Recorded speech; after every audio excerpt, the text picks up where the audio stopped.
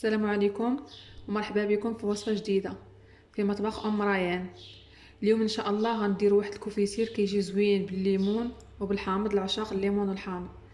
مقادير بسيطه وكيخرج ان شاء الله كميه تقريبا الكيلو ديال الكوفيتير. بسم الله. كناخذوا ليمونه كبيره،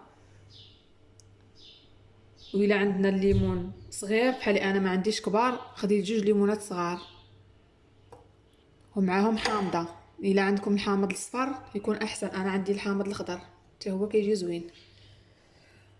وعندنا 600 مليلتر ديال الماء، وعندنا 600 غرام ديال السنيده. المكون الاساسي اللي يجي في الكوفيتير زوين هو فلون فاني. بسم الله على بركه الله. الليمون انا بيتو ليله كامله، خصنا الليمون جامد هو والحامض يبات ليله كامله، وتنحكوه في الحكاكه الرقيقه كيف ما كتشوفوا.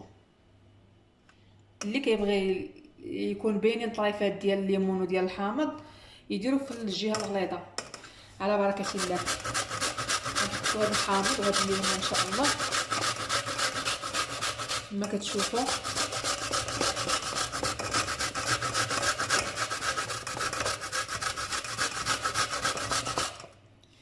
الصراحه بارد، غير صبروا تسالي الكميه ان شاء الله،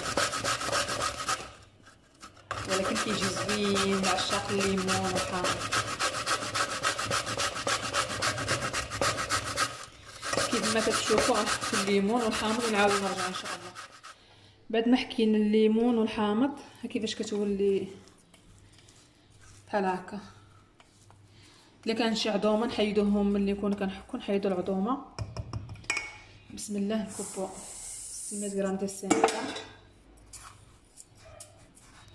ونزيدو 600 مليلتر ديال الماء.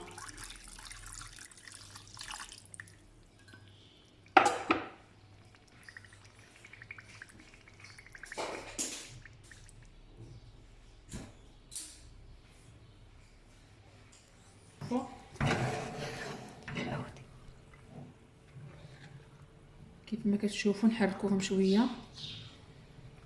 البوطه تكون متوسطه، ما تكونش مجهده وما تكونش ناقصه. نبقاو كنحركو، غطلع لينا واحد الرغوه من الفوق، نبقاو نحيدوها، ما نخليوش الرغوه هي اللي كتاكسد الكونفيتور. وما نغفلوش عليه، مره مره نبقاو نحركوه حتى ان شاء الله يوجد. بالنسبه لي انا كنبغي يكون شويه ثقيل، تقريبا غيدي واحد 60 دقيقه. بالنسبه اللي كيبغيه خفيف راه ديك 45 دقيقه راه كافيه. المهم نتوما معايا، حنا غنشوفوا كيفاش الطريقه كيفاش غنطيبوه ان شاء الله. كما كتشوفوا من بعد ونعاودو نرجعو نحركوه ان شاء الله مره مره. بعد ما غلا الكوفيتير غنحيدو الكشكوشه اللي كتجمع هنا الفوق، كلنا نجمعوها نحيدوها باش ما يتاكسدش الكوفيتير. كما كتشوفوا هاد الرغوه نحيدوها.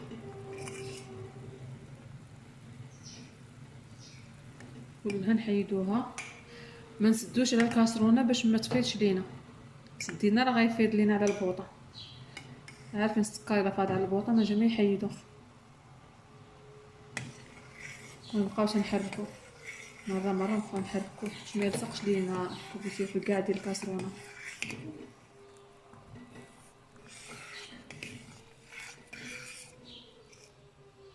راه بدا كيطيب تبارك الله، بدا يرقد شويه.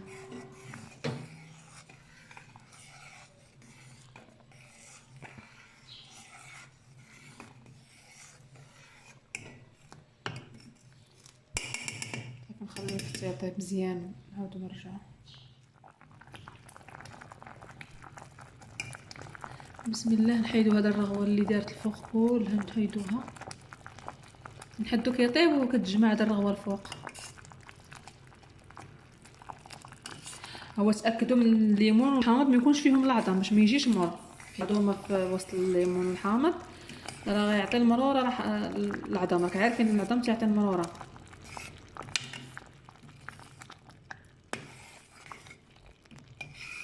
كما كتشوفوا تبارك الله بدا كيعقد.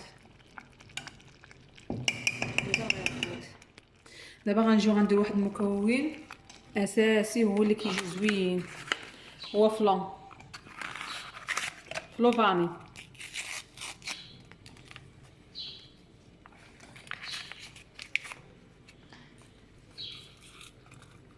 كنخوي في واحد 4 كاس ديال الماء، كنحركو مزيان في الماء بارد. كي الا درناه في الماء درناه نيشان فوق الكونفيتير راه غادي تكلكع داك الفلو، ما غاديش يذوب كما كتشوفوا. وكنخويو كنخليوه يكمل الخيار ديالو.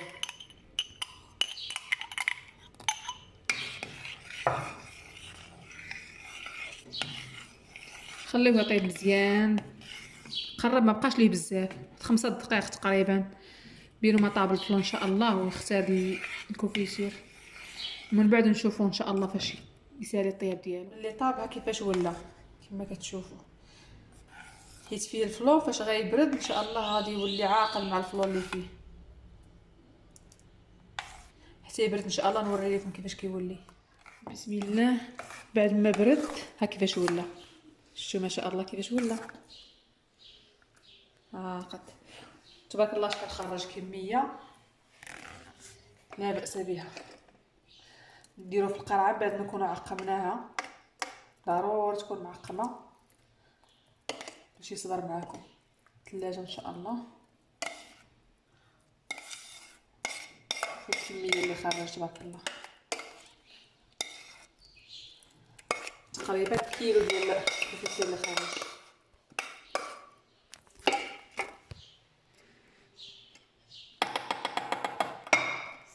بالصحه والراحه.